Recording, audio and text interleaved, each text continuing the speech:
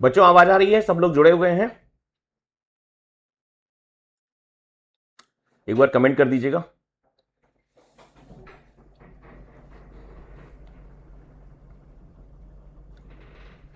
बच्चों यदि आपको आवाज आ रही है तो प्लीज एक बार कमेंट कर दीजिएगा जिससे मैं क्लास स्टार्ट कर सकूं। All done.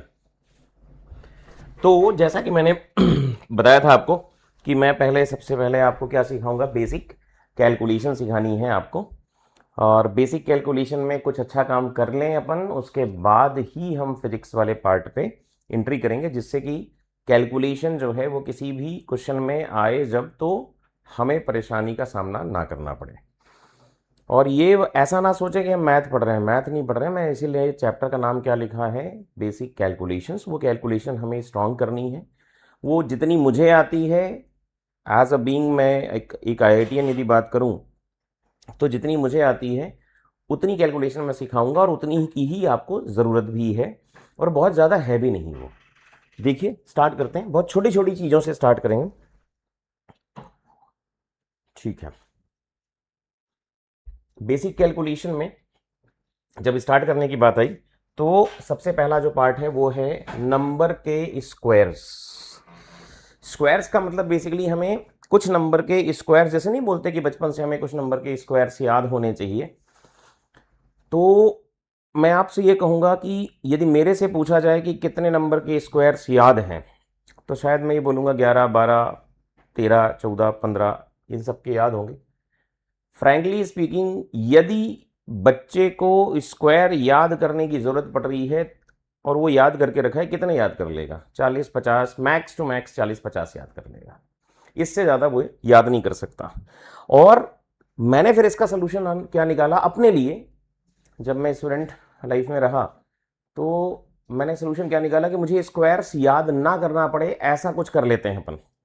ठीक है, तो उसके लिए, और टाइम भी नहीं लगना चाहिए कि स्क्वायर्स निकालने में टाइम लगे और याद करना भी नहीं है, तो कुछ एक चीजें लॉजिकली बनाई, उनको आपको सीखना है। मैं आपको बता रहा हूं, आप 10 मिनट के अंदर पूरी स्क्वायर्स निकालना, चाहे कैसा भी नंबर हो उसका स्क्वायर्स निकालना आप सीख जाओगे। एक बात याद रखना कि क्या स्क्वायर्स की जरूरत हमें फिजिक्स बस में पड़ेगी, फिजिक्स में भी पड़ेगी, केमिस्ट्री में भी पड़ेगी। केमिस्ट्री में बेसिकली फिजिकल केमिस्ट्री में, फिजिक्स में तो पढ़नी ही है हर जगह पे।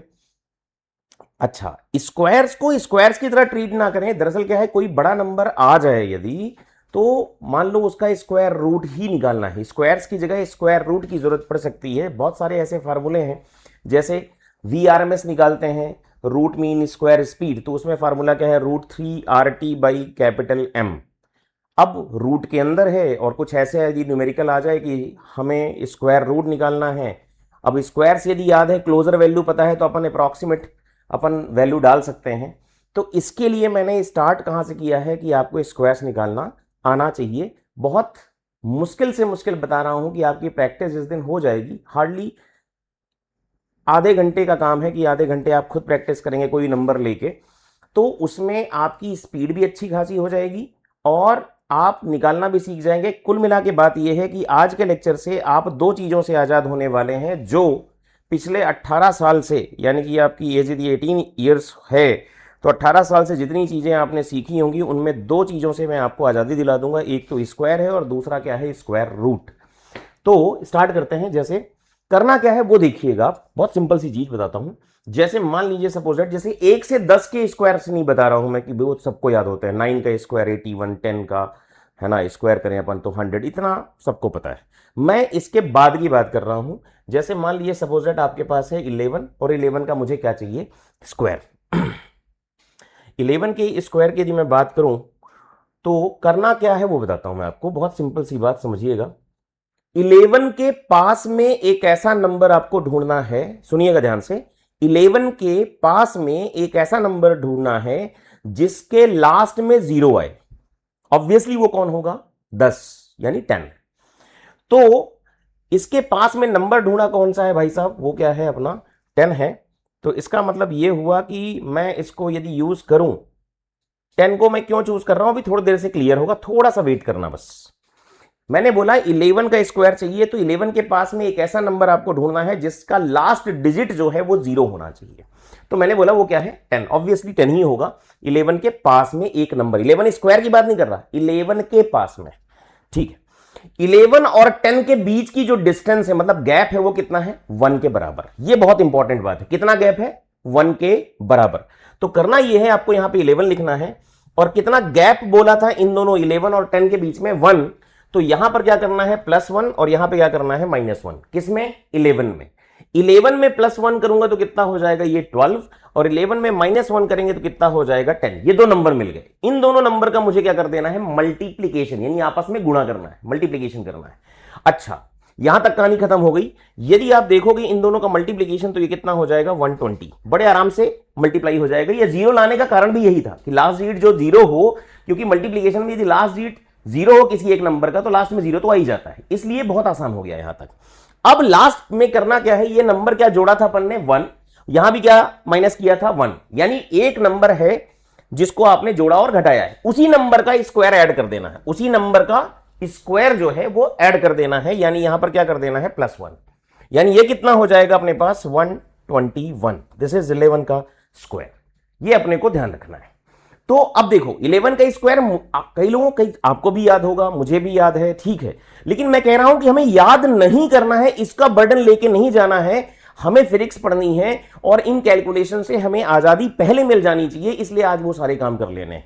तो वापस बोल रहा हूं, मुझे चाहिए था, किसका स्क्वायर चाहिए था, 11 का स्क्वायर चाहिए था। तो मैंने बोला 11 के पास में एक ऐसा नंबर ढूंढ के बताओ जिसके लास्ट में 0 आ रहा हो, बस पास में होना चाहिए।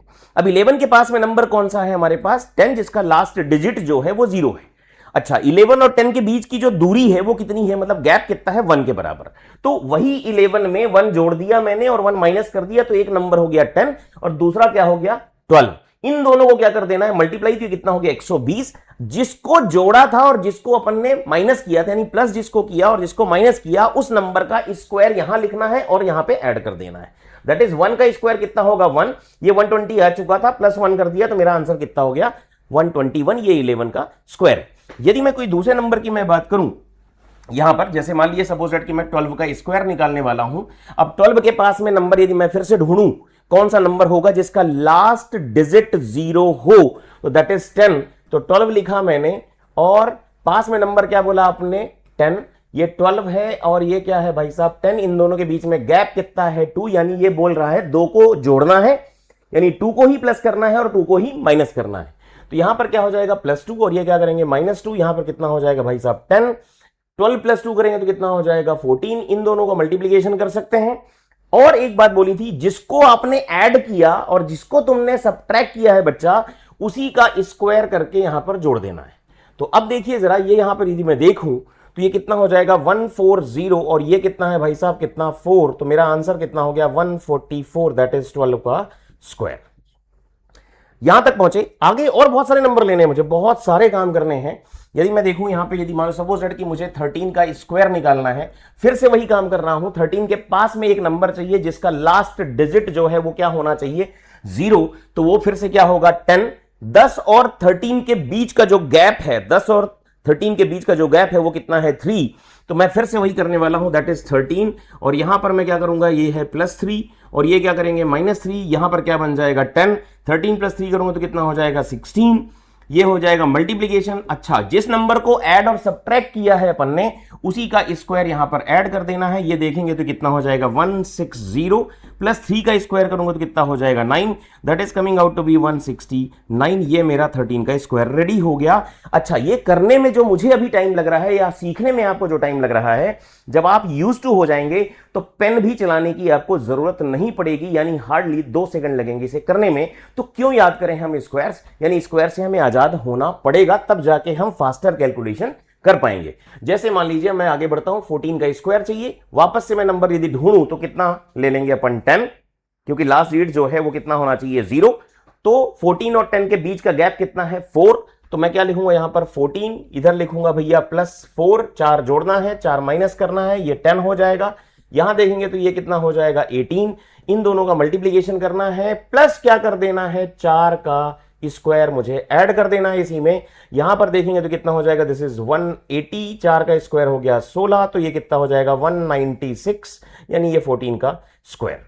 अभी तक मैंने क्या किया है, बहुत सिंपल सी अप्रोच बताई है और इसी को फॉलो करना है। हमें स्क्वायर से आजादी तो आज मिलके रहेगी और हम ये काम करके रहेंगे। हमें स्क्वायर्स कुछ भी याद नहीं करने, कैलकुलेशन की जरूरत पड़ेगी। अब जस्ट इमेजिन करिए आप कि 14 का स्क्वायर की जरूरत पड़ी तो वो तो आपने निकाल लिया, ठीक है।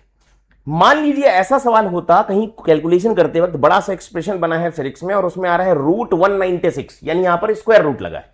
अब 196 का स्क्वायर रूट तो मुझे याद नहीं, लेकिन आपको यह पता है कि 14 का स्क्वायर 196 होता है, तो इसका मतलब 196 का रूट जो है वो कितना हो जाएगा 14। ये आसानी से किया जा सकता है। कहने का मतलब है स्क्वायर से ही स्क्वायर याद करने का फायदा हमें स्क्वायर रूट निकालने में भी मिलेगा। चलिए कुछ और करते हैं, कुछ और एग्जांपल लेते हैं, थोड़े से बड़े नंबर ले लेते हैं। जैसे मान लीजिए सपोज यार ये 27 का स्क्वायर मुझे चाहिए, तो 27 के पास में एक ऐसा नंबर ढूंढना है जिसका लास्ट डिजिट जो है वो क्या हो जाए 0। ऑफ कोर्स पास में 27 के पास में कौन सा नंबर है, दैट इज 30। तो कितना डिफरेंस है, कितना गैप है 27 और 30 के बीच में, दैट इज व्हाट 3। तो यहां पर देखें तो क्या लिखूंगा मैं 27 और इधर मैं ऐड करूंगा कितना हो जाएगा +3, इधर करूंगा तो क्या हो जाएगा -3। यदि आप देखें तो ये कितना हो जाएगा भाई साहब 30, यहां से माइनस करें तो कितना हो जाएगा 24। ये मल्टीप्लाई कर देंगे, प्लस जो ऐड किया और सब्ट्रैक्ट किया उसी का मुझे क्या कर देना है स्क्वायर और ऐड कर देना है। इन दोनों का मल्टीप्लीकेशन तो बहुत बहुत बहुत आसान सा काम है। ये कितना लिखा हुआ है यार, एक 0 आ जाएगा, 3 से मल्टीप्लाई इसको करेंगे तो कितना हो जाएगा 72, दैट इज 720। और ये कितना है भाई साहब अपने पास 3 का स्क्वायर दैट इज 9, ये कितना आ गया 729, दैट इज नथिंग बट 27 का स्क्वायर। ये इतनी आसानी से हो गया। अब ये कोई सोचे कि मुझे याद हो, मैं तो कह रहा हूं कि याद मत करो यार, किसी को याद नहीं करना, किसी भी बच्चे को याद नहीं होना चाहिए, एक भी बच्चे को याद नहीं होना चाहिए स्क्वायर्स। कितने याद कर लेंगे एग्जाम में, तो यार कोई सीमाएं तो है नहीं, कोई बड़ा नंबर दे दिया अब उसका स्क्वायर कहीं पे जरूरत पड़ रही है तो हम क्या करेंगे, स्क्वायर रूट की जरूरत पड़ेगी तो हम क्या करेंगे। तो बेहतर ये तरीका है कि हम निकालना सीख जाएं, 2 सेकंड लगेंगे और हमारा आंसर भी वैलिडेट हो जाएगा, क्रॉस चेक हो जाएगा। चलिए कुछ और करते हैं, कुछ और नंबर लेते हैं। जैसे मान लीजिए सपोज दैट कि मुझे इससे बड़ा नंबर कोई और लेना होता, जैसे मान लो सपोज इससे छोटा ही ले लेते हैं, जैसे 24 का स्क्वायर कभी जरूरत पड़ जाएगी, एक बार और चेक कर लेते हैं सर। 24 के पास में यदि मैं बात करूं तो 20 है, तो उसका जिसका लास्ट डिजिट जो है वो क्या है 0। तो 24 के पास में 20 है, कितना डिफरेंस है 4 का। तो मैं क्या करूंगा यहां पे 24 लिखूंगा और फिर क्या कर दूंगा +4 करूंगा और इधर क्या करूंगा -4 यदि करा तो ये कितना हो गया 20, ये कितना हो गया भाई साहब 28। इन दोनों का क्या करना है मल्टीप्लीकेशन, 4 है हमारे पास तो 4 का स्क्वायर मुझे ऐड कर देना है। यहां से देखूंगा तो ये कितना हो जाएगा 560 और ये कितना लिखा है 16, तो यानी ये क्या लिखा है 576 इज 24 का स्क्वायर एंड डन। इतना सा आसान सा काम है। जिनको लगता है कैलकुलेशन उनकी अच्छी नहीं है या जो भी है, मैं कह रहा हूं मेरी भी कैलकुलेशन अच्छी नहीं थी, लेकिन फिर भी मैं बता रहा हूं कि मैंने अपने तरीके खुद के बनाए कि यार जो बच्चों को तुरंत क्लिक करें और वो आजाद रहें अननेसेसरी चीजों या डेटा को याद करने से, तो ये मेथड उसके हैं। एक आम आदमी, एक आम बच्चे के मेथड है, सब लोग सीख गए होंगे होपफुली। कुछ और नंबर्स में ले लेता हूं जिससे आपको थोड़ा सा और कॉन्फिडेंस बिल्ड हो। जैसे मान लीजिए सपोज दैट मैं 87 का स्क्वायर यदि बताऊं तो 87 का स्क्वायर मुझे तो याद नहीं, किसी को भी याद नहीं, याद होगा भी तो कर लेगा तो मैं एक और बड़ा नंबर निकाल लेंगे। तो करेंगे क्या अपन, 87 के पास में एक ऐसा नंबर अपने को ढूंढना है जिसका लास्ट डिजिट जो है वो 0। तो कायदे से यदि मैं देखूं तो 87 के पास में देखूं तो 90 दिख रहा है मुझे ऐसा। चलिए इसको देख लेते हैं, 87 और 90 के बीच का जो डिफरेंस है वो कितना है भाई साहब 3। तो यहां पर मैं क्या लिखूंगा 87 का स्क्वायर है, तो 87 का स्क्वायर निकालने के लिए 87 में पहले मैं ऐड कर दूंगा कितना +3 और इधर क्या कर दूंगा -3। +3 यदि किया तो ये कितना हो गया भाई साहब 90 और ये कितना हो गया अपने पास 3 माइनस करेंगे तो दैट इज नथिंग बट 84। ये मल्टीप्लीकेशन कर लेंगे प्लस क्या कर देंगे 3 का स्क्वायर, क्योंकि ऐड जो किया था उसी का स्क्वायर हमें ऐड करना है। तो अब यदि इसको मल्टीप्लाई करें अपन तो ये हो गया 0, ये 0 पहले लिख लिया। 9 का मल्टीप्लीकेशन 84 से करना है तो ये 6 हो जाएगा और फिर इसके बाद देखें तो ये 7 5 हो जाएगा और ये देखेंगे अपन तो कितना हो गया 9, that is coming out to be what 7569। ये है मेरा 87 का स्क्वायर। अब एक छोटी सी बात और सिखाऊंगा थोड़ा सा आपको और इजी बनाने के लिए इस केस में, हालांकि ये इजी है सब लोग कर सकते हैं। तो क्या करना है उसके लिए ध्यान से देखिएगा। 87 का स्क्वायर वापस से निकाल रहा हूं, लेकिन कुछ तरीका अलग है। जस्ट इमेजिन करिए कि इसको यदि 87 में अपन ने 3 जोड़ा था, 90 आया, क्या मैं 13 जोड़ू? क्या 13? देखिए जरा क्या करने वाला हूं। 87 में यदि मैं 13 जोड़ देता हूं और 13 ही माइनस कर देता हूं, 13 जोड़ूंगा तो ये कितना हो जाएगा अपने पास 100, और 13 माइनस करूंगा तो ये कितना हो जाएगा 74। इन दोनों को मल्टीप्लाई कर दिया। अच्छा, यहां पर जो नंबर लिखा है वो 13 है, 13 का स्क्वायर मुझे ऐड करना पड़ेगा, और 13 का स्क्वायर मुझे पहले से पता है, दैट इज व्हाट 169, अभी थोड़ी देर पहले निकाला था। तो यहां पर यदि मैं देखूं तो इन दोनों को मल्टीप्लाई करूंगा, that is coming out to be what 7400 plus ये कितना लिखा है 169। इन दोनों को यदि मैं जोड़ दूं तो कितना आएगा 7569। देखिए, ऐसा मैं कतई नहीं बोल रहा कि पहले वाले को करें या दूसरे वाले मेथड को करें, फायदा कहां पे है उसको समझने की जरूरत है। यहां पर 2 जीरो मिल रहे हैं और वो 2 जीरो यहां सीधे आ गए। तो कई बार कहानी किसकी है कि हमारा मल्टीप्लीकेशन जितना आसान होगा, उसको आसान बनाने के लिए मुझे क्या करना होगा, लास्ट में जीरो लाना पड़ेगा। तो वो नंबर इसलिए ढूंढना पड़ता है। अब 87 में 13 जोड़ने से क्या हुआ, मुझे 2 जीरो मिल चुके हैं, इसलिए वो और ज्यादा आसान लग रहा है। ऑल्दो यदि वो स्ट्राइक ना करे तो ये जिंदाबाद तो है ही, इसमें भी उतना ही टाइम लग रहा है। बस केवल सोचने वाली बात है कि डबल जीरो मिल गए वहां पे। राइट? समझ में आया क्या बच्चों? ये बताइए, पहले कमेंट करके बताइए, ये समझ में आया कि स्क्वायर आप निकालना सीख गए या नहीं? मुझे प्लीज कमेंट करके बताइए, जिससे कि मैं और एग्जांपल्स लूं या फिर मैं आगे बढ़ूं, स्क्वायर रूट में जाऊं। प्लीज बताइए, मुझे कमेंट करके बताइए।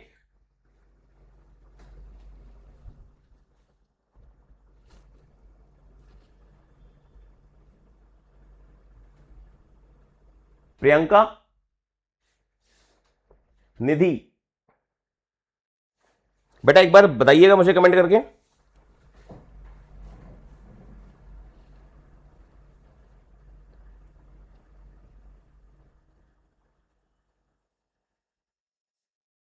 आवाज आ रही है आपको?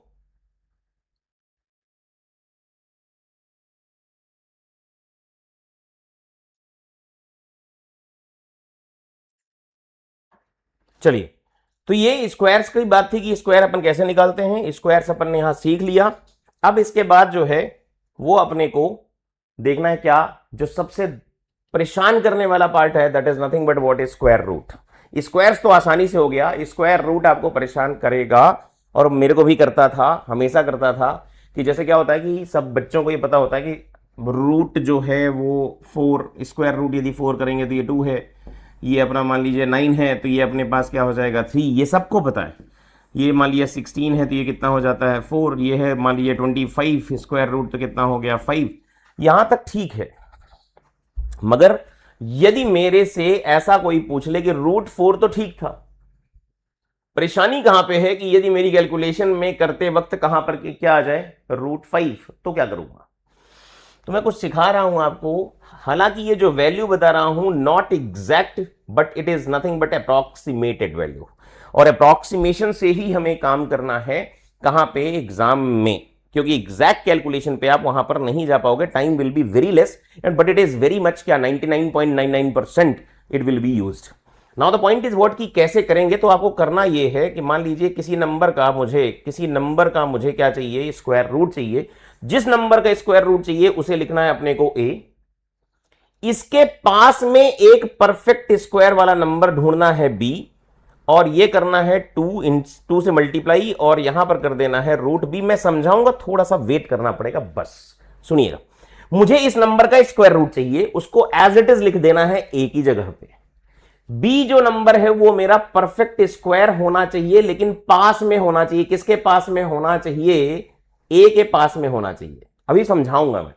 और यहां पर जो है वो b का स्क्वायर रूट नीचे लिखना है, 2 से मल्टीप्लाई करना है। एग्जाम्पल के तौर पे रूट 5 से ही शुरुआत करूंगा, जरा ध्यान से देखिएगा।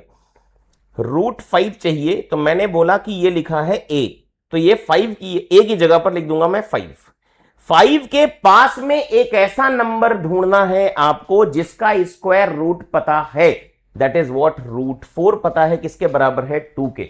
तो मैं यहां पर क्या लिख दूंगा, रूट नहीं लिखना है, 4 लिखना है, 4 का पता था तो 4 यहां लिखना है, और नीचे क्या कर देना है 2, फिर मल्टीप्लाई करना है। 4 का जो रूट है वो कितना है भाई साहब 2, ये लिखा है रूट बी, दैट इज यहां कर देंगे अपन 2, तो ये कितना बन जाएगा अपने पास 9, और इधर क्या बन जाएगा भाई साहब 4। इसको यदि आप देखेंगे तो रूट 5 जो है, जो रूट 5 है वो कितना आएगा, 9/4 की वैल्यू अपन निकालेंगे तो 2 यहां पर कर लिया, 2 पॉइंट हो गया। अब यहां पर देखेंगे तो 4 गुना 8 हो गया, यानी कि 4 2 8, यहां पर क्या बचेगा 1, यहां पर क्या आएगा 2, फिर से लिखेंगे अपन, फिर क्या लिख देंगे अपन 5। This is approximate value of what root 5, यानी मुझे रूट 5 नहीं पता था, उसके बावजूद जो है मैंने इसको अप्रोक्सीमेटली कितना निकाल लिया 2.25। मैं और एग्जांपल लेता हूं जब तक कि आपको क्लियर ना हो जाए। वापस देखते हैं, कुछ और काम करते हैं। मान लीजिए सपोज दैट मुझे चाहिए था रूट 10, ये रूट 10 चाहिए। अब रूट 10 चाहिए तो मैंने बोला कि इस नंबर को एज इट इज लिख दो, दैट इज व्हाट 10 लिख दो। यहां पर जो नंबर आने वाला है, ये वाला जो प्लेस है, इस प्लेस पे जो नंबर आएगा वो 10 के पास ऐसा नंबर होना चाहिए जिसका मुझे स्क्वायर रूट पता है। 10 के पास में क्या है 9, 9 का स्क्वायर रूट क्या होता है 3, यानी यहां पर क्या लिख दूंगा मैं 9।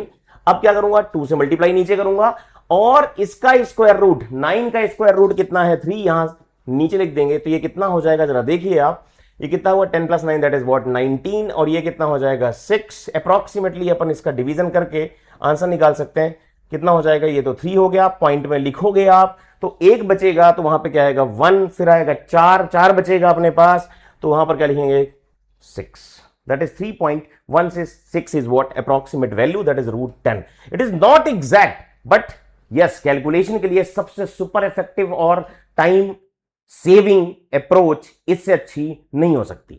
एनीवेज चलिए कुछ और करते हैं, जैसे मान लो मुझे चाहिए रूट 17, अब रूट 16 मुझे पहले से पता है, that is root 16 is nothing but what 4, मुझे ये चाहिए था, इसका स्क्वायर रूट चाहिए, तो मैं क्या करूंगा रूट 17 लिखूंगा, और मैं यहां क्या करूंगा सबसे पहले 17 लिखूंगा, 16 इसके पास का यहां था लिखा 16, फिर क्या करूंगा मैं 2 से मल्टीप्लाई करूंगा, इसका स्क्वायर रूट क्या है 4, ऐसा लिख दूंगा मैं। यहां कैलकुलेशन पे वापस जाऊंगा मैं तो ये कितना बन जाएगा 33 ऊपर है, और नीचे क्या हो गया 8, ये रूट है 17, अप्रोक्सीमेट वैल्यू निकाल रहा था, यदि मैं देखूंगा तो अप्रोक्सीमेट कितना आएगा 4, ये लिख लेते हैं अपन, दिस इज 1 लिख लेते हैं अपन, और ये कितना है अपने पास 2, दैट इज रूट ओवर 17 जो है वो किसके बराबर है 4.12 approximate value.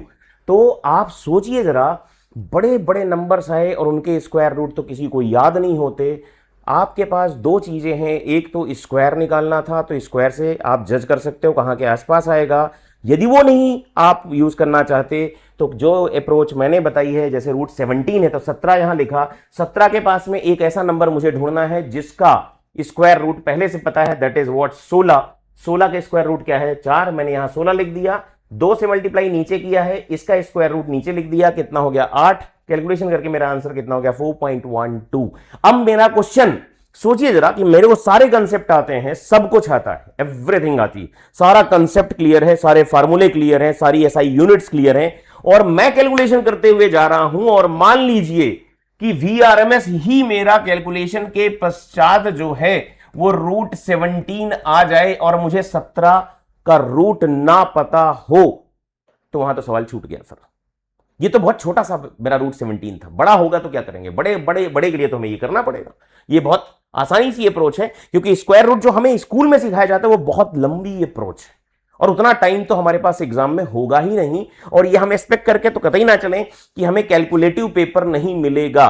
Conceptually tough paper हो सकता है, और कंसेप्चुअली टफ यदि नहीं हुआ तो कैलकुलेटिव टफ बना सकते हैं। हमें उसकी तैयारी पहले दिन से कर लेनी चाहिए। इसलिए जो स्टार्टिंग किया मैंने फिजिक्स में वो सिर्फ इसी वजह से स्टार्ट किया कि कंसेप्ट को समझाने में मुझे जो टाइम लगेगा, बच्चा कहीं जाके कैलकुलेशन में जाके मिस्टेक ना कर दे, उसकी तैयारी हमें पहले कर लेनी चाहिए। एक अच्छा बच्चा भी गलतियां करेगा, उसको बचाने के लिए यह काम तो पहले कर लेना चाहिए, राइट। चलिए कुछ और कर लेते हैं, इसमें कुछ और एग्जांपल्स हैं, और एग्जांपल देखते हैं अपन। जैसे मान लीजिए कि मैं रूट 24 निकालना चाह रहा हूं, स्क्वायर रूट 24, तो मैं क्या करूंगा बेटा, ये बताओ यहां पर क्या लिखेंगे अपन 24। 24 के पास में एक ऐसा नंबर ढूंढना है हमें जिसका स्क्वायर रूट पहले से पता है, दैट इज क्या माने अपन, ये रूट 25 है, ये कितनी वैल्यू होती है भाई साहब 5, तो मैं यहां पर क्या लिखूंगा 24, और इसके पास में जो नंबर था दैट इज 25, यहां पर क्या करूंगा 2 मल्टीप्लाइड करूंगा, इसका स्क्वायर रूट अभी बोला कितना है 5, यहां कर देंगे अपन।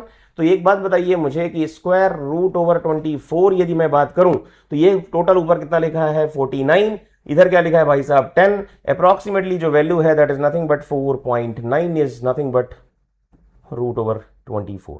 This is that much easy. अच्छा मैं एक बात बताता हूं आपको फ्रैंकली कि ये जो अप्रोच यूज करता आ रहा हूं मैं, ये मैं जब मैं खुद तैयारी कर रहा था तब से कर रहा हूं और मुझे कभी तकलीफ नहीं हुई, क्योंकि वो क्या करेगा ना एग्जैक्टली आप समझो कि इतनी क्लोजर वैल्यू चारों ऑप्शन में दे दिया, 4.9 दे दिया, अब मान लो सपोज दैट 4.6 दे दिया, उधर दिया 4.8 दे दिया और उधर दे दिया मान लो सपोज दैट की कुछ और वैल्यू दे दी। तो अपने को कम से कम इतनी अप्रोच तो होनी चाहिए कि यार चलो ठीक है स्क्वायर रूट निकालना एग्जैक्टली तो मुझे नहीं पता है, लेकिन हाँ इतना पता है कि 99.99% केसेस में ये आंसर जो है वो सही आएगा, दैट इज क्लोजर वैल्यू आएगी। और ये हर बच्चे को आना चाहिए, कोई बहुत हाई फाई काम भी नहीं है, आप लोग बड़े आराम से इसको सीख के काम कर सकते हो, यूज करना चाहिए, राइट। चलिए कुछ एक और एग्जांपल ले लेते हैं। जैसे मान लो सपोज दैट कि मैंने ले लिया, आप कुछ छोटी सी ये 32 ले लेते हैं, स्क्वायर रूट 32 लेते हैं, ठीक। हालांकि इसको तो बहुत आसानी से निकाला जा सकता है, बहुत सारी अप्रोचेस हैं, लेकिन फिर भी जिस अप्रोच को मैंने बताया उससे करते हैं। ये 32 लिख लिया, 32 के पास में 36 है, 36 का स्क्वायर रूट जो है वो कितना है भाई साहब 6। तो यहां पर क्या कर दूंगा मैं 36 और यहां क्या करेंगे अपन 2 मल्टीप्लाइड बाय 36 का स्क्वायर रूट कितना हो जाएगा भाई साहब 6। यहां पर यदि आप देखोगे तो कितना हो जाएगा, बहुत आराम से इसको अपन ऐड कर सकते हैं, दैट इज 8। ये कितना हो जाएगा भाई साहब 6 हो गया, और ये कितना है अपने पास दैट इज व्हाट 12। इसकी कैलकुलेशन बड़े प्यार से की जा सकती है, सब लोग कर सकते हो, डिवीजन कर सकते हो। कुल मिला के बात यह है कि स्क्वायर रूट जैसी कॉम्प्लेक्स चीज को हम डिवीजन में कन्वर्ट करके आंसर निकाल रहे हैं। This is what it is meant for and it is necessity of each and every NEET aspirant, right. चलिए बच्चा यहां तक कहानी खत्म हुई। अब आगे मैं कुछ और चीजें बताना स्टार्ट करता हूं, बेसिक कांस्टेंट्स। अच्छा अब दिमाग में आएगा बेसिक कांस्टेंट और फ्रैक्शंस की जरूरत सर कहां पड़ती है। आपको थोड़ा सा ये महसूस होगा कि एग्जैक्टली कुछ एक दिनों में, 1-2 दिन जब फिजिक्स के लेक्चर खत्म हो जाएंगे तो आपको ये समझ में आएगा कि एग्जैक्टली ये वो चीजें हैं जो सबकॉन्शियस में हर उस बच्चे के पास होना चाहिए जिसको फिजिक्स में 180 के पेपर में 180 स्कोर करना है। तो कोई ये बताने थोड़ी आता है, सब कोई बोलता नहीं ये चैप्टर पढ़ लेते हैं, ये चैप्टर पढ़ लेते हैं, कंसेप्चुअली ये स्ट्रांग हो गए, पीवाई यूज कर लिए, सब कुछ कर लिए। नहीं, ये बातें तो सभी बोलते हैं और सबको पता होती, हर बच्चे आप सबको पता है। जानते हैं प्रॉब्लम कहां है? वो बातें तो कोई भी नहीं डिस्कस करना चाहता जो बच्चे के कॉन्फिडेंस को मजबूत बनाती हैं और फाइनली रैंक में और क्वेश्चन में और कॉन्फिडेंस में, टेम्परामेंट में मदद करती हैं। दैट इज व्हाट ये जो अपन पढ़ना स्टार्ट कर रहे हैं। इसको कोई बोलते ही नहीं, सब जाएंगे सीधा वेक्टर्स पढ़ना स्टार्ट। अच्छा सब पढ़ लो, वेक्टर पढ़ लो, सब पढ़ेंगे अपन, सब कुछ, ऐसा एक भी चीज नहीं छोड़ने वाले, हर चीज तैयारी करवाई जाएगी। लेकिन एज ए स्टूडेंट मुझे यदि पेपर देने जाना होगा तो मुझे पता है ना कि कंसेप्चुअली बच्चा सब कुछ करते करते लास्ट में पहुंचा और वहां पे बैठा हुआ है। किस बात के लिए बैठा हुआ है? मुझे कोई कैलकुलेशन नहीं सिखाया था, अब मैं कैलकुलेशन के चक्कर में छोड़ दिया। जब कोई पेपर देके, आप पेपर देके बाहर आओगे ना, और मान लो सपोज दैट कि खुदा ना खास्ता ऐसा हो जाए कि हमने पेपर के दौरान यदि ये कैलकुलेशंस नहीं आ रही थी और हमने वहां पर जो है ना सवाल इस वजह से छोड़ दिया कि हमें कैलकुलेशन नहीं आ रही थी, लास्ट में जाके स्टक हो गए कि मुझे स्क्वायर रूट नहीं पता था या कॉन्स्टेंट्स नहीं पता थे और छोड़ के चले आए। आप एग्जाम के बाहर जैसे ही निकलोगे ना, जानते हो आपसे लोग जो पूछेंगे ना कि पेपर कैसा गया, ये सवाल बना कि नहीं बना, आप चाह के भी ये आंसर नहीं बोल पाओगे कि यार मैंने कैलकुलेशन की वजह से सवाल छोड़ा। ये तो बोलोगे आप सवाल छोड़ा, लेकिन दुनिया ये थोड़ी समझेगी कि आप कंसेप्चुअली स्ट्रांग थे, आपको आता था, आपने सवाल किसी और की वजह से छोड़ा। किसकी वजह से छोड़ा भैया? कैलकुलेशन की वजह से छोड़ा। तो हम उस पार्ट को इग्नोर नहीं कर सकते। एनीवेज ये जो बेसिक कांस्टेंट्स और फ्रैक्शंस की मैं बात आपसे कर रहा हूं, ये कुछ ऐसी बातें हैं जो थोड़ा सा डिफरेंट नोट पर मैं यूज करता हूं, यानी मेरे से पढ़ने वाले जितने बच्चे हैं वो यूज करते हैं। और ये भी समझिएगा आने वाले टाइम में पूरा भारतवर्ष यूज करेगा, क्योंकि we are going to what let them know you people have to perform literally very well, जिससे कि लोगों को यह पता चल सके। आप बताइएगा कि ये चीजें इस तरीके से यूज करेंगे तो हमें याद नहीं करना पड़ेगा, अनावश्यक का डेटा जो है हमारा दिमाग में नहीं भरेगा। जैसे बेसिक कांस्टेंट्स में जरा देखिएगा, आपको लगेगा कि यार ये चीजें वाकई ऐसी होनी चाहिए। जब आप पढ़ोगे PV is equal to NRT, मैं बहुत ज्यादा वैल्यू नहीं बताऊंगा आपको, उन वैल्यूज की बात कर रहा हूं जो फ्रीक्वेंट यूज होती हैं। ये जब अपन पढ़ेंगे, कब कहां पढ़ेंगे? आइडियल गैस इक्वेशन, जिसको स्टेट इक्वेशन भी बोलते हैं, कहां पढ़ते हैं अपन? KTG, that is kinetic theory of gases में। PV is equal to NRT, मैं उसकी डिटेल पे जाना ही नहीं चाहता। इसमें एक ऐसी चीज है जो कांस्टेंट है, that is nothing but what? R. R को बोला जाता है गैस कांस्टेंट। क्या बोलते हैं? Gas constant. आर की वैल्यू यदि मैं आपसे पूछूं या किसी बच्चे से पूछूं तो आप कमेंट करके बता सकते हो क्या मुझे आर की वैल्यू? आपको यदि रफली जो भी पता है, जो भी जैसे भी पता है, वो आप यदि बताएं मुझे तो अच्छा लगेगा मुझे। एक बार कोशिश करिए यदि आपको पता है तो।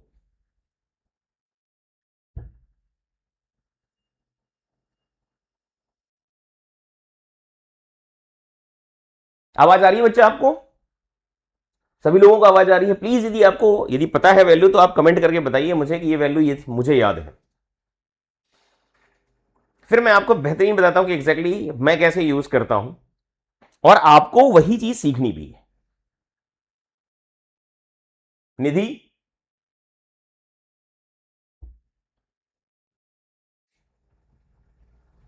आवाज आ रही है बच्चा आपको? कई लोग इसकी वैल्यू को 8.3 समथिंग ऐसे करके याद रखते हैं। R 1.097 into 10⁻19। Not exactly, not exactly. ये गैस कांस्टेंट की बात कर रहा हूं बच्चा, गैस कांस्टेंट की बात कर रहा हूं। आपने यूनिट शायद एसआई यूनिट नहीं ली, एसआई यूनिट लेना चाहिए आपको। ये आप रिडवर कांस्टेंट बोल रहे हो शायद। मैं गैस कांस्टेंट की बात कर रहा हूं जो PV is equal to NRT में यूज होता है। मैं बताता हूं क्या, ये कई लोग ऐसा याद करते हैं, 8.314 ऐसा करके याद करते हैं। मैं आपको बताता हूं इसको कैसे यूज करेंगे, सुनिएगा जरा, है ना। ये लॉजिक कहां से है, पहले लॉजिक बताता हूं फिर आप समझना जरा, है ना। देखो, जनरली जो कैलकुलेशन में दिया जाने वाला टेम्परेचर है वो 300 केल्विन, 600 केल्विन, 900 केल्विन, 1200 केल्विन। आप कोई भी डेटा उठाएंगे ना पेपर का, आपको इस टाइप के टेम्परेचर मिलेंगे, इस टाइप के। जस्ट इमेजिन करें कि यदि मुझे ये कैलकुलेशन करनी होती तो पीवी इज इक्वल टू क्या लिखता? एनआरटी, मोल्स दिया होता, टेम्परेचर जो है वो मान लीजिए सपोज 600 केल्विन है, और आर को कोई बच्चा यूज करता सर की 8.314 जैसा कुछ यूज करता, तो उसकी कैलकुलेशन में टाइम लगता, वर्सेस जो मैं करने वाला हूं, जो आपको सिखाने वाला हूं, वो देखिए आप बस। मैं आर को आपको बोल रहा हूं, आपको यूज करना है, जानते हैं क्या? 25/3। इसीलिए मैंने, आप देखिए जरा, मैंने नाम क्या लिखा था इस टॉपिक का नाम क्या लिखा है? Basic constant and fractions. मैं डेसिमल को अवॉइड कर रहा हूं, ध्यान रखना आप। मैं डेसिमल को जितना भी यहां से स्टार्ट किया है, डेसिमल को मैं अवॉइड कर रहा हूं, मैं कन्वर्ट कर रहा हूं फ्रैक्शन में, क्योंकि फ्रैक्शन को कैलकुलेशन करना सबसे आसान काम है। मेरी कोशिश यही है कि 100 सवाल यदि है तो 99 सवाल ऐसे हो जिनको हम कन्वर्ट कर सकें फ्रैक्शंस में।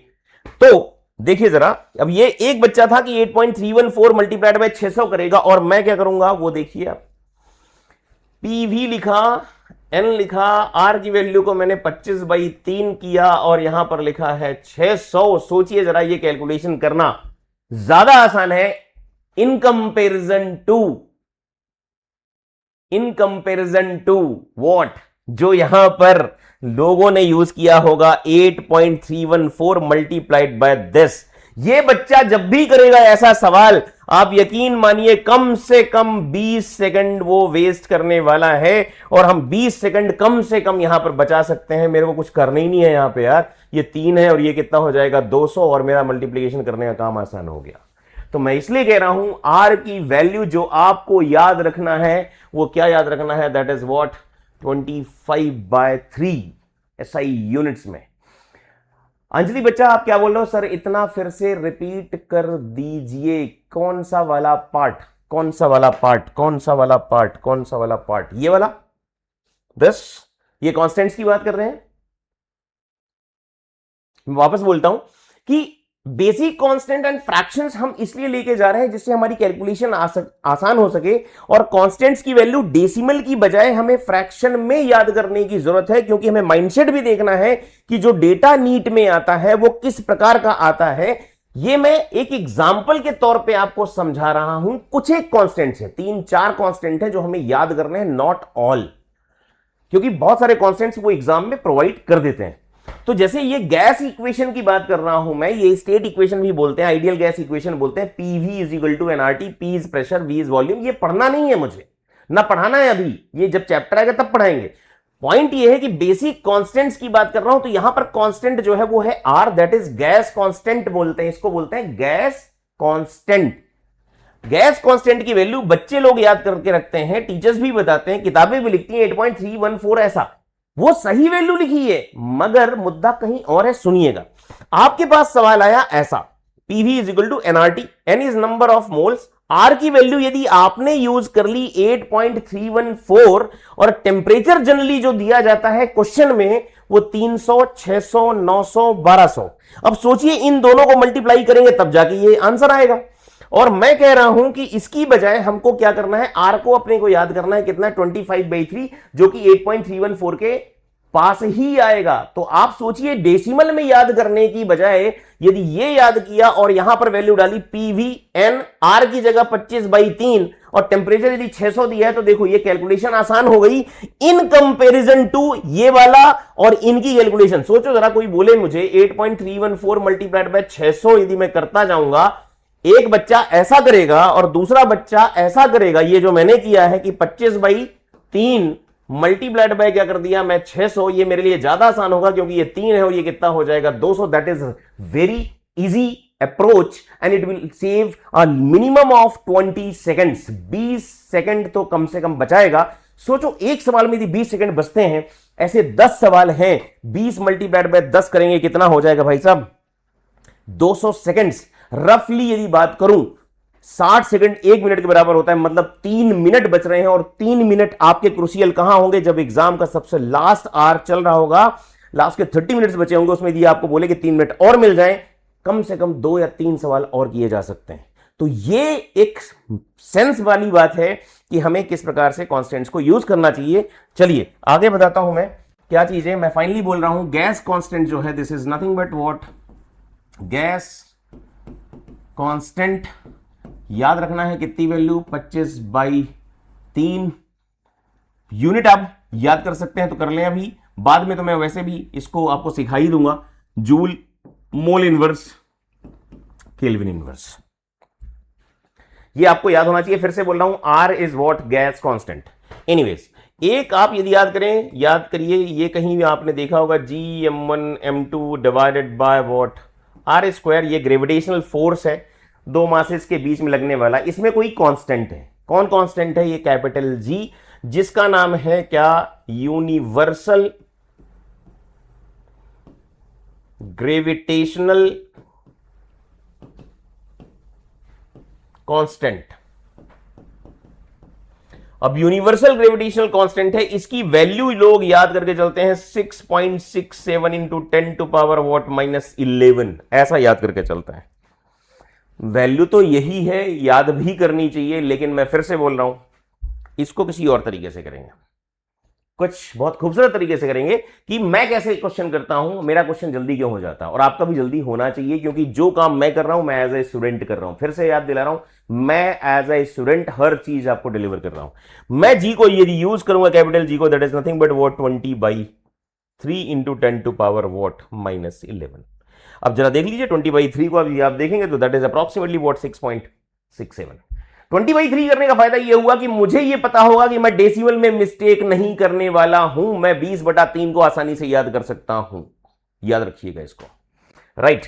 ऐसे और भी कॉन्स्टेंट्स हैं, मैं बता रहा हूं, जितने याद कर, सारे थोड़ी याद करने, कुछ ऐसे हैं जिनको हमें याद करना चाहिए, जो मल्टीपल टाइम्स यूज होने वाले हैं, राइट। आगे देखते हैं, कुछ और हमारे पास कांस्टेंट्स हैं, जैसे अपन ने कवर कर लिया क्या, गैस कांस्टेंट, फिर अपन ने ये जी कवर कर लिया। अच्छा, अब इसी में जो अपने काम की बात है, एक भाई साहब और हैं जिनकी बात कर रहे हैं, जिसको बोलते हैं स्मॉल के, इसको बोलते हैं बोल्ट्जमैन कांस्टेंट।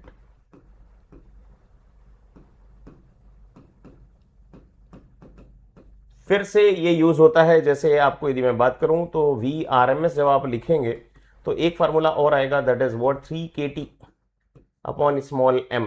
ये मास ऑफ गैस है, गैस मॉलिक्यूल है, और ये के जो है वो बोल्ट्जमैन कांस्टेंट है। अब इसकी वैल्यू आपको याद होनी चाहिए, लेकिन लोग बहुत वाहियात वैल्यू याद करते हैं, डेसिमल वाली। मैं आपको सिखाता हूं कुछ और। के इज इक्वल टू आपको याद रखना है R divided by N A. अब दिमाग में आएगा आर क्या है। आर वही है जो अपन थोड़ी देर पहले पढ़े, 25/3, और एन ए जिंदाबाद है, जिसको क्या बोलते हैं, एवोगैड्रो नंबर। तो भाई साहब मुझे के को अलग से याद करने की जरूरत नहीं है। तो के मैंने लिखा जरूर है, बोल्ट्जमैन कांस्टेंट की याद करना है, लेकिन मैंने उसका तरीका क्या बताया आपको, आर पहले से पता है 25/3 कर देना है, और इधर एन ए क्या है अपना, एवोगैड्रो नंबर, वो याद है। तो अलग से के की वैल्यू याद करने की हमें जरूरत नहीं पड़नी चाहिए। हम आर याद कर लेंगे, एन ए याद कर लेंगे, काम खत्म। यहां से हमें एक ऐसी चीज भी काम पता चल जानी चाहिए कि कुछ वैल्यूज ऐसी हैं कि हम याद कर लें, लेकिन प्रॉपर फ्रैक्शन में, और उनका यूज करके दूसरी वैल्यूज को हमें ड्राइव करना आना चाहिए, यानी कि हमें डायरेक्टली यूज करना आना चाहिए। हम के को याद कभी भी नहीं करने वाले हैं, राइट। चलिए कुछ और देखते हैं, इसी में जबरदस्त है ये भाई साहब है, ये पाई हर जगह यूज होता है, न जाने कहां कहां फार्मूले में। मैं केटीजी की ही यदि उठा लूं बात, तो एवरेज स्पीड का फार्मूला आप यदि देखोगे तो 8RT/πM। लो ये पाई आ गया।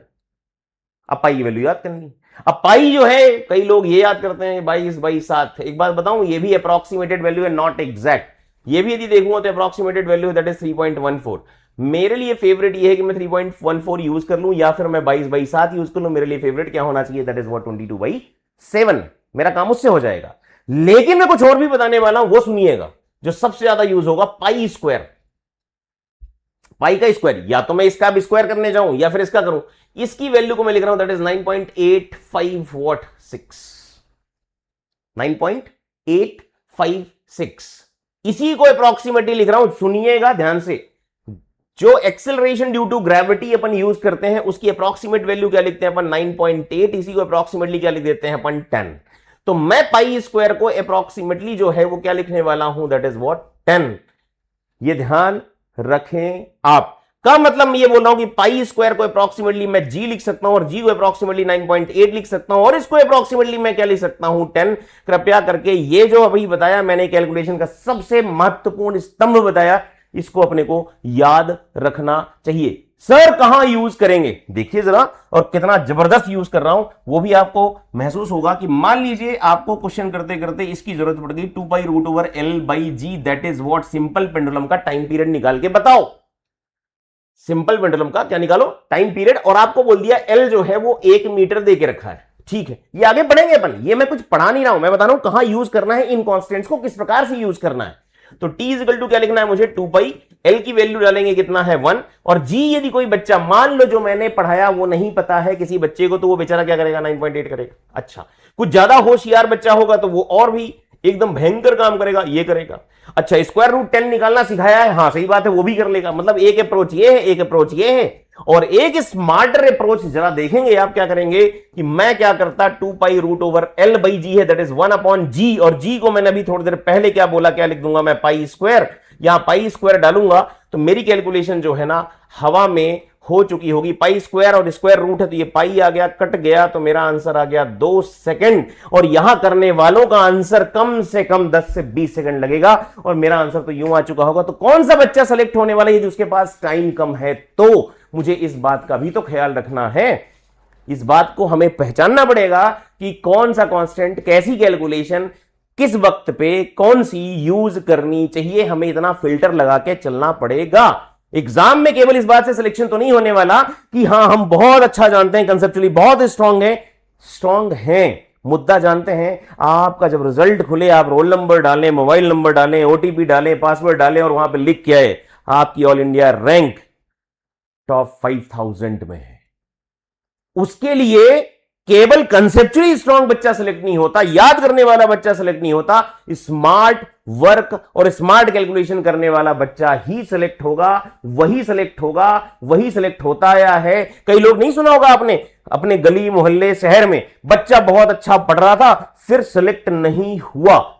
उस बच्चे को कोई बताया ही नहीं या पूछा ही नहीं कि शायद हो सकता है उस बेचारे बच्चे के साथ कोई बैठ जाता, पूछ जाता। मेरे ऐसा कोई आदमी वहां पे होता तो मैं जरूर ये सवाल पूछता उस बच्चे के साथ बैठ के अकेले कि भाई साहब ये तो बता दो यार, हो सकता है कैलकुलेशन में देख तो लूं, आपकी कैलकुलेशन में तो नहीं मिस्टेक है, हो सकता है कि आप कंसेप्चुअली बहुत स्ट्रांग हो, सब आता हो आपको, उसके बाद आपका सिलेक्शन रुक गया, तो वो पता तो करना पड़ेगा। तो इसलिए मैंने बोला कि भाई हम जो चैप्टर स्टार्ट करें, फिजिक्स में स्टार्ट करें, तो बच्चे को उस फियर, उस अननोन होने वाली मिस्टेक जिसके बारे में बच्चे को कभी कोई शेयर नहीं करता या बताता नहीं है, उसको पहले ही रिजॉल्व कर दो। अब आप इसको, इसी सवाल को देखिए ना कि जी को पाई स्क्वायर लिखना मैं किसी चैप्टर में, या कोई टीचर है या कोई बुक वाला है, वो आपको कैसे सिखा देगा, कहां सिखा देगा? ये किसी चैप्टर का पार्ट थोड़ी है।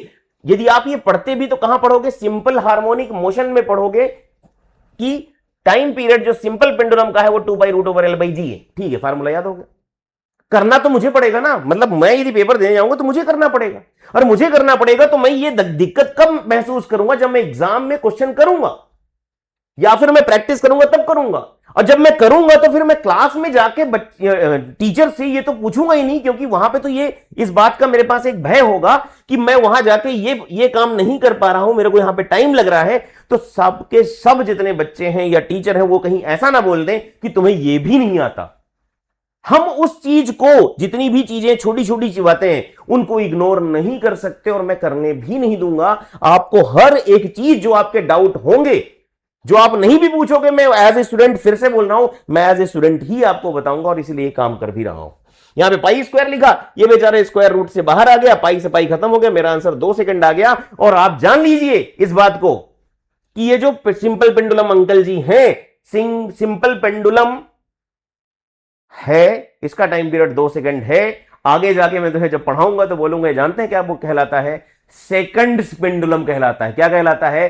सेकंड्स पेंडुलम, जिसका टाइम पीरियड हमेशा 2 सेकंड होता है। उसकी लेंथ निकाल के बताओ। आज तुम्हें मैंने बिना पढ़ाए याद करा दिया कि सेकंड्स पेंडुलम यदि बोला है तो उसकी लेंथ अप्रॉक्सीमेटली वॉट 1 मीटर के बराबर होगी। कैलकुलेशन करके बैठे हैं हम पहले से, जबकि अभी तक फिजिक्स स्टार्ट नहीं हुई है। सिंपल हार्मोनिक मोशन तो बहुत आगे का चैप्टर है, 10वां या 11वां चैप्टर होगा जो हमने लिखा था पूरा उसमें अपनी प्लानिंग में। तो आप सोचिए कितने सारे फायदे हो सकते हैं। पर्सपेक्टिव आपका क्लियर टीचर को बताना पड़ेगा। मैं बता रहा हूं, इसलिए मैं आपको कहता हूं, what I am never ever try to assume I am going to be your teacher.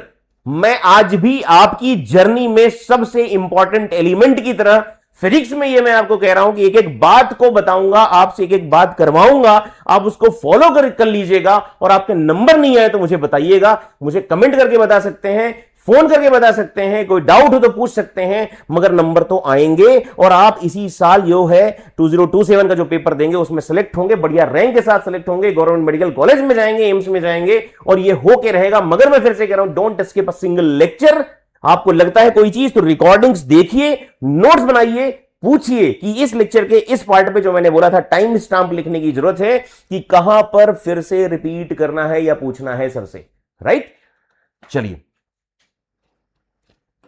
तो यहां तक बहुत सारे कांस्टेंट्स मैंने बता दिए। एक विरला सा कांस्टेंट और है जिसके बारे में कोई चर्चा नहीं करता। ये अंकल जी, छोटा सा ई लिखा है, इसको बोलते हैं एक्सपोनेंशियल ई। एक्सपोनेंशियल ई बोला जाता है। इसकी अप्रॉक्सीमेट वैल्यू जो है 2.7 ली जाती है। आप सोचोगे इसका यूज कहां होता है? यूज जानते हैं, जहां जहां आप फिजिक्स पढ़ते जाओगे, जब आप लॉग लिखोगे, जैसे मान लो log 2 लिखा है और विद बेस ई। मैं लॉग नहीं पढ़ा रहा हूं, लॉग आगे पढ़ाऊंगा। ये मैं बता रहा हूं कहां यूज होने वाला है, इसकी बात कर रहा हूं। ये यहां यूज होता है, लेकिन यहां पे छुपा रहता है तो पता नहीं चलता। आपको क्या लग रहा है मैं ई को आप 2.7 याद कराने वाला हूं? नहीं, मेरा ये काम ही नहीं है। मैं कुछ और करूंगा, आप देखिए बस। ई का मुझे कोई यूज करना ही नहीं है। मुझे यूज करना है ई की पावर -1 का, मुझे करना है ई की पावर -2 का, मुझे करना है ई की पावर -4 का। अब बोलोगे सर ई तो याद हो नहीं रहा था, आप इसको क्यों यूज करोगे? अब बताता हूं मैं, कुछ चैप्टर के नाम ले रहा हूं, आपको समझ में आएगा। जिस चैप्टर को मैंने लिस्ट में नहीं लिखा था उसको अलग से लिखा था मैंने। इस चैप्टर का नाम क्या है? कैपेसिटेंस।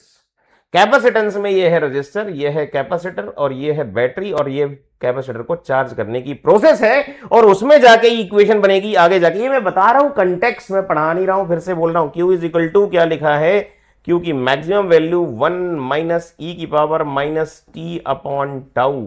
अब आपको दिख रहा होगा कि ये भाई साहब जो यहां पर अभी दर्शन दिए हैं, ये दर्शन मात्र के लिए नहीं है। जरा देखिए आप, ई के पावर में हाथी बैठा हुआ है, राइट। और वो जनरली जो कैलकुलेशन पूछते हैं वो ई की पावर -1, ई की पावर -2 और ई की पावर -4, ये कैलकुलेशन करने में तो जान निकल जाएगी। यदि कोई बच्चा ई की वैल्यू 2.7 डाल के ये कैलकुलेट करेगा तो जान निकल गई। हम नहीं कर पाएंगे, कोई भी नहीं कर पाएगा, टीचर भी जाएगा तो नहीं कर पाएगा, उतना टाइम लग जाएगा उसको कि दूसरे सवाल छूटेंगे सर। तो करना क्या है भैया, ई की पावर -1 हमें याद होना चाहिए, ई की पावर -2 याद होना चाहिए, ई की पावर -4 याद होना चाहिए। अच्छा दिमाग में, सर क्या यही बस यूज होगा? नहीं, chemical kinetics, first order kinetics, radio activity. Chemical kinetics तो आपके किसका चैप्टर है भाई साहब? केमिस्ट्री के, फिजिकल केमिस्ट्री का चैप्टर है, वहां तो आपको यूज करना है फर्स्ट ऑर्डर काइनेटिक्स में। इसी की वैल्यू की बात कर रहा हूं मैं, और साथ में आपको यूज करना है रेडियो एक्टिविटी। जब मॉडर्न फिजिक्स पढ़ेंगे तब भी यही चीज आने वाली है। तो वैल्यू क्या है उनको आप देखिए, और याद भी करना है अपने को। ई की पावर -1 जो है वो याद होना चाहिए आपको कि कैसे अपन इसका यूज करेंगे। इसकी अप्रॉक्सीमेट जो वैल्यू है that is nothing but 0.37। Please याद रखेंगे, ई की पावर -2 दैट इज इसी का स्क्वायर इज नथिंग बट 0.14, ई की power that is -4 is approximately 0.02। केवल इतना याद करना है ना। अभी सुनोगे आप क्या होने वाला है, ये याद करना है, और साथ में 1 माइनस ई की पावर -1 याद करना है। 1 से माइनस करूंगा that is nothing but 0.63 is nothing but approximately 63%। 63%। अच्छा, 63% से याद आएगा आपको, जानते क्या है ये? जब आप रेडियो एक्टिविटी पढ़ रहे होंगे तो एवरेज लाइफ के डेफिनेशन है ये 63%। जब आप कैपेसिटर पढ़ रहे होंगे, आरसी यानी चार्जिंग सर्किट पढ़ रहे होंगे, तो उसमें 63% चार्ज होने में कितना टाइम लगेगा वहां यूज होगा, 37% डिस्चार्ज होने में कितना टाइम लगेगा वहां यूज होगा। और ये कैलकुलेशन करना लॉग लिया जाना पड़ता है, मैं बिना लॉग के कर दूंगा, और आपको यही सिखा रहा हूं कि प्लीज इनको याद रखिएगा। इसके अलावा ये लास्ट कॉन्स्टेंट है जो हमें याद करना है, बाकी और कुछ नहीं बताने वाला। ये जो भाई साहब है इसको याद करना, 1 minus E power -2 is approximately, यहां से माइनस करेंगे तो 0.86 बनेगा, दैट इज 86%। 86%। यदि मैं यहां देखूं तो इसको क्यों याद करवा रहा हूं, अभी बता रहा हूं मैं, बहुत सारी चीजें तो बता दी, फिर भी ई की पावर -4 इज नथिंग बट कितना, 98%। यहां पर देखिएगा 4 पावर आई थी, -4 आई थी, और वो 98%। यानी कैपेसिटर जो है ना 98% चार्ज होने में कितना समय लेगा, 4 टाइम कांस्टेंट के बराबर। आगे जाके सीखेंगे अपन, और यदि हम पहले सीख गए हैं तो it is very very good thing. Percentage से कुछ एक छोटा सा पार्ट और बचा है, उसको हमें फिनिश कर लेना चाहिए, बस लास्ट पार्ट है आज के कांस्टेंट और इन सब चीजों के बारे में। ये है भाई साहब क्या, हमारा √2। ये हमारा फेवरेट है, हर जगह यूज होगा, इसलिए याद करें अपन 1.414। √3 जो है वो मेरा कितना है, 1.732। ये मुझे याद होना चाहिए क्योंकि जितनी ट्रिग्नोमेट्री की टेबल है। अच्छा बोलो, ट्रिग्नोमेट्री की बात क्यों कर रहे हैं आप? प्रोजेक्टाइल मोशन में यदि मेरे से बोला जाए कि एक पार्टिकल को अपन 10 मीटर पर सेकंड से 60 डिग्री के एंगल पे प्रोजेक्ट करेंगे तो cos 60 sin 60 का यूज होगा। sin 60 की बात करोगे तो आप करोगे √3/2, तो √3 वहां आ गया। 45 डिग्री यूज करेगा sin 45, दैट इज 1/√2, तो √2 तो आएगा। तो ये दोनों सबसे ज्यादा यूज होते हैं पूरी फिजिक्स में, इसलिए हमें याद होना चाहिए। लेकिन इनकी खूबसूरती क्या है वो देखिए आप, कि मुझे 1/√2 भी याद करना पड़ेगा। सर क्यों याद करना पड़ेगा? जरा देखिए आप यहां करोगे क्या, IRMS यदि मैं लिखूं तो आप AC अल्टरनेटिंग करंट में IRMS को लिखते हो कितना, I0 divided by √2, that is can be written as 1/√2 times what I0। अब देखिए जरा यहां पर 1/√2 आया, तो मुझे 1/√2 की जरूरत पड़ेगी, और मेरा कैलकुलेशन थोड़ा सा अच्छा होना चाहिए। मैं कोई भी ऐसा कांस्टेंट तुम्हें नहीं बोलने वाला या आपको नहीं बोलने वाला या कैलकुलेशन ऐसी नहीं बताने वाला जो यूज ना हो। मैं जितना भी अभी यहां बोला हूं आज एक एक शब्द, वो सारे शब्द से लेके जितना भी लिखा है वो सब फिजिक्स में हर जगह यूज होगा। इसीलिए मैंने कंटेक्स्ट बताया है आपको कि कहां जाके आपको इसको यूज किस चैप्टर में करना पड़ेगा।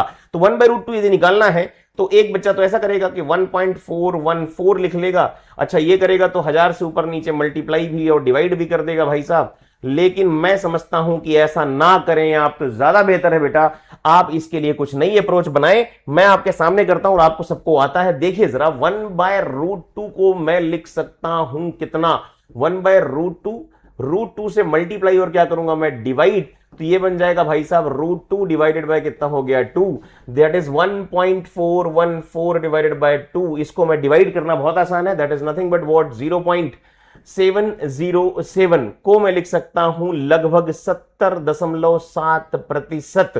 अब 1/√2 तुम्हें यह याद होना चाहिए। तो लोगों को आपको क्या लग रहा था 1/√2 की वैल्यू याद करा रहा हूं? नहीं, मैं कुछ और बोलने वाला हूं। सुनिए क्या मैं बोलने वाला हूं कि पूरी फिजिक्स में यदि आपको ऐसा मिल जाए 70.7% नाम की बात, तो उसको तुरंत आपको रिप्लेस कर देना है किससे? 1/√2 से, और परसेंटेज से आजाद हो जाना है।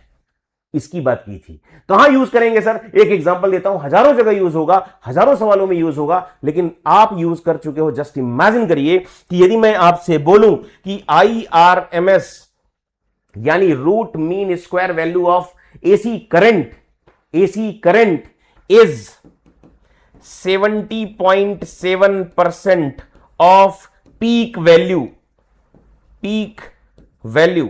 अब इसको कोई सॉल्व करने जाए, इस लैंग्वेज को, IRMS is 70.7% of peak value, यदि ऐसा बोले तो आपको हो सकता है लगे कि यार ये सेंटेंस गलत है, क्योंकि IRMS तो आपको याद था कितना, I0/√2 याद था। मैंने बोला कितना है 70.7%। अब आपको चेक करना है कि ये सही है कि नहीं, लेकिन आपको मैंने बोला कि आप चूंकि मेरे से पढ़ रहे हैं 70.7% को किससे रिप्लेस कर देना है? 1/√2 से। तो इसका मतलब है कि भाई साहब मैं क्या करने वाला हूं कि ये बोला है IRMS जो है वो 70.7% है किसका? I0 का मतलब ये हुआ कि ये लिखा है 70.7% ऑफ व्हाट पीक वैल्यू, का मतलब लिखा है 0.707 I0 के बराबर। मेरे किसी काम का नहीं है, ये गंदी कैलकुलेशन है, मुझे नहीं करनी है। मुझे यहीं पे कर देना चाहिए था कि इसकी जगह क्या लिख दूंगा मैं? 1/√2 that becomes what I0/√2 and I am done. मैं सेलेक्ट हो जाऊंगा इससे। मैं इसीलिए कह रहा हूं फिजिक्स टफ लोगों को इस वजह से नहीं लगती, कंसेप्चुअली वो चीजें नहीं समझ पाते। बच्चे समझ पाते हैं, अप्लाई करना इंपॉर्टेंट है, और उसके लिए क्वेश्चन की लैंग्वेज को इंटरप्रेट करना, अपनी भाषा में इंटरप्रेट करना is more necessary, right? Will do this. चलिए एक और बचा हुआ है भाई साहब हमारे पास महारथी, दैट इज व्हाट √3 अपन ने लिखा था 1.732। इसको मैं लिख सकता हूं, मुझे चाहिए 1/√3 एक्चुअल में, तो मैं क्या करूंगा 1/√3। इसको रेशनलाइज करने के लिए √3 से मल्टीप्लाई और √3 से डिवाइड। मैं फिर से कह रहा हूं, और कोई रूट की बात नहीं कर रहे हैं, केवल √2 और √3, 1/√2 और 1/√3 केवल वही चाहिए, बाकी कुछ नहीं चाहिए, right? This can be written as what √3/3 can be approximately 1.732 divided by what 3 can be approximately 0.577 को मैं approximately क्या लिख सकता हूं 57.7%, यानी 1/√3 की वैल्यू इतनी याद होनी चाहिए। फिर से भूल गए, याद होनी चाहिए बोला, मैं बोल रहा हूं इसका उल्टा याद करो, दैट इज व्हाट 57.7%। पूरी फिजिक्स में कहीं भी दिख जाए तो भाई साहब रिप्लेस कर दो उसे किससे? 1/√3 से, and you will be done.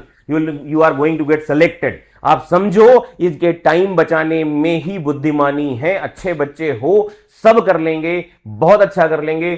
Thank you so much for watching me आज not as a teacher, as a student. मैं तुम्हें फिर से कह रहा हूं बेटा, आप प्लीज प्लीज प्लीज जितने लेक्चर्स होते जाएं उसमें जहां भी डाउट आते जाएं, आप टाइम स्टैम्प नोट करें और कमेंट करते जाएं और पूछते जाएं और अपने दोस्तों को लाते जाएं। मैं बार बार यही कह रहा हूं कि दोस्तों को लाते जाएं, उनका भला होगा, आपका तो होगा ही, मगर डाउट इन्वॉल्व करिए, डाउट पूछिए, और DP20 से लेके सारी चीजें आप तक पहुंच भी जाएंगी बहुत जल्दी। अभी 20 तक की जो प्लानिंग है वो सारी चीजें, और जो नंबर देख रखा है उसमें कांटेक्ट भी करते रहें। फिर से कह रहा हूं, अपने जो दोस्त हैं, अपने पीयर ग्रुप्स हैं, उनको प्लीज शेयर करें, क्योंकि ये बातें मैं फिर से कह रहा हूं, कोई भी नहीं पढ़ा रहा है। सब वेक्टर में पढ़े, सब फलाने में पढ़े। हम भी पढ़ेंगे, खूब पीएचडी करेंगे, मस्त काम करेंगे, दुनिया के सबसे शानदार सवाल करेंगे, जीरो से लेके अच्छे लेवल तक काम करेंगे, एक भी चीज नहीं छोड़ेंगे, एनसीईआरटी का भी एक शब्द नहीं छोड़ेंगे। मगर फिर से आप लोगों से प्लीज रिक्वेस्ट है, प्लीज अपने दोस्तों को आप शेयर करें, हमारी बहुत बड़ी हेल्प होगी। आपके करियर का प्रॉमिस मेरा है। Thank you so much.